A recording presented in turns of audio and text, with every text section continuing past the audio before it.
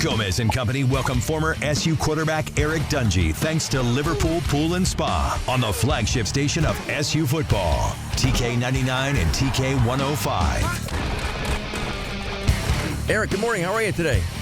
I'm good. How about you guys? Good. Highlight of your week. Obviously, when you were here living in central New York, Eric, the falls in this part of the country are spectacular. And this past weekend, and the last several actually in central New York, have been right out of a photo book. A Chamber of Commerce kind of look and feel. And is it the same in Oregon this time of the year?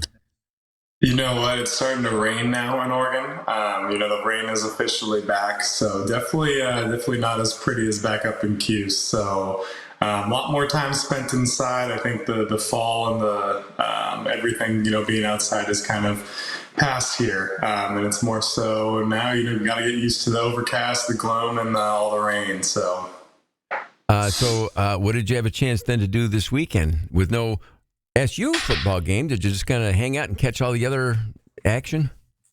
Yeah, just a lot of there's actually some great games on this weekend. Oregon played on Friday, so we watched the game with some friends there, and then it was just a lot of football all weekend, and kind of slowly getting back into things, and kind of can start golfing again, which is great. So finally being able to do that more, but again, it comes with the rain, so you just got to find a hour or 2 hours where it's not raining so hard, and you go out, play for a little, and other than that, it's just spending a lot of time watching football. That's usually what my football seasons are, is just, spending a lot of time in front of the TV and watching games, which is, I can't complain about that. What were some of the big surprises for you watching some of the other games this past weekend before we talk about the Pitt game Thursday? You know what? I think for the NFL, I think there was a lot of great games in the NFL. I mean, the Packer game was really fun to watch here, and then there was some big upsets there. I think the Chiefs going in and dominating the 49ers was big.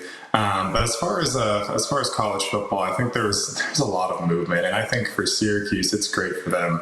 And you saw Texas go down, and there's a lot of movement in that top 25. So going into Pitt, who's 19th ranked in the country right now, and getting another road win for Syracuse would be huge for them. And I don't think they'll crack the top 25. I think they'll crack the top 20 for this. And I think the world is their oyster at this moment.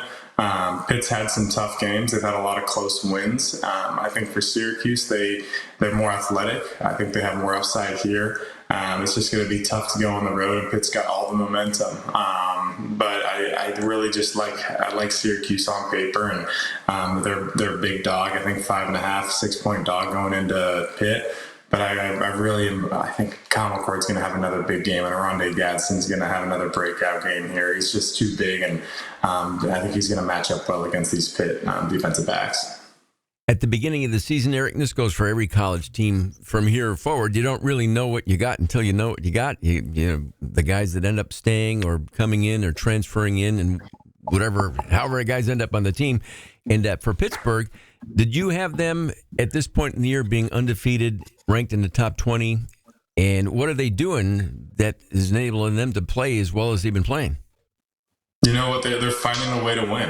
You look at some of their games. They've had some huge comeback wins this year, and it's not always pretty. Eli Holstein, he's I think throwing 55%. It's not always the best games from him, but he finds a way to win down the stretch. And that's all that matters. A win is a win regardless. But sometimes, that luck's going to wear out. And I think for Syracuse, they've just gotten better and better each week. They're starting to limit the mistakes. Kyle McCord is really just getting a better chemistry with all of these guys. And he's not just one or two guys, but 3 or 4 guys. He's spreading the wealth throughout, the entire receiving core, and as well as the running backs too. And when you have a guy like LaQuinn Allen who's able to catch out of the backfield and also come downhill on you, it's going to be tough for Pitt to hold that. I don't think Pitt's seen an offense such as Syracuse. I think for Cuse, it's going to be the defense. Are they going to be able to limit, the positions and create a turnover or two for Pittsburgh?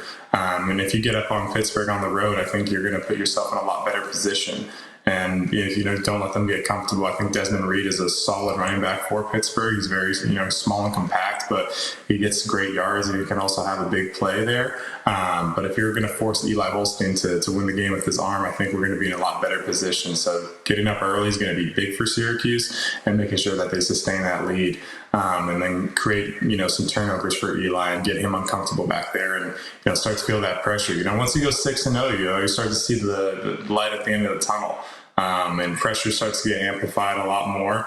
So for Syracuse, they just got to go in there and just knock them off and play comfortable. And, they have really nothing to lose at this point. Pitt's got everything to lose. A Thursday night game, kind of an odd night. And I don't know if we'd asked you this before. Did you, in your playing career at Syracuse, ever play on a Thursday before? I don't know about a Thursday. I remember some Friday games, and Friday games are always, I actually really enjoyed Friday night games. But I'm not sure about the Thursday ones. And I think, coming off another bye, I think Syracuse, again, everything's shaping out to be a great season. I know we had that one loss to Stanford there that was tough, but sometimes it's you need to get humbled really quickly, and Syracuse learned that the hard way, and they still have so much opportunity here, and the playoffs is still in the picture. There's still a pathway there, but we have to really win out, and it's going to start with a big road game here. If we get 3 back-to-back road wins, especially coming off of a bye, we get the guys healed up.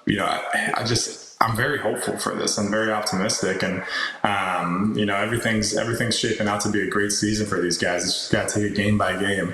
And next is Pitt, and I know Pitt on paper they're 6-0, but if you really go back and look at their games, it's been some close games. I really don't think they're as great as everyone's shaping them out to be.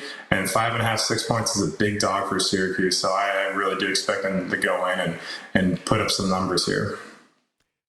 Yankees, Dodgers. Who you pulling for? Who do you think is going to take this one? I'm a big Yankees fan, so I'm hoping the Yankees do. Really hopeful. They're a fun team to watch, and I think playoff baseball is one of the best times. We're really in the best time of the year right now. We have the preseason basketball, you got baseball, hockey's starting out, football. There's always something to watch. So it's really the best time of the year right now, and living in Oregon, like I said, it's starting to rain, but there's always something to see and always something to keep you entertained if you're inside. So, Eric, listen, hopefully on Friday we'll have a nice win to talk about against Pitt, and then we'll start looking forward to the next game after that. But again, thanks, and glad you're feeling better. We'll talk to you Friday. Thanks, guys.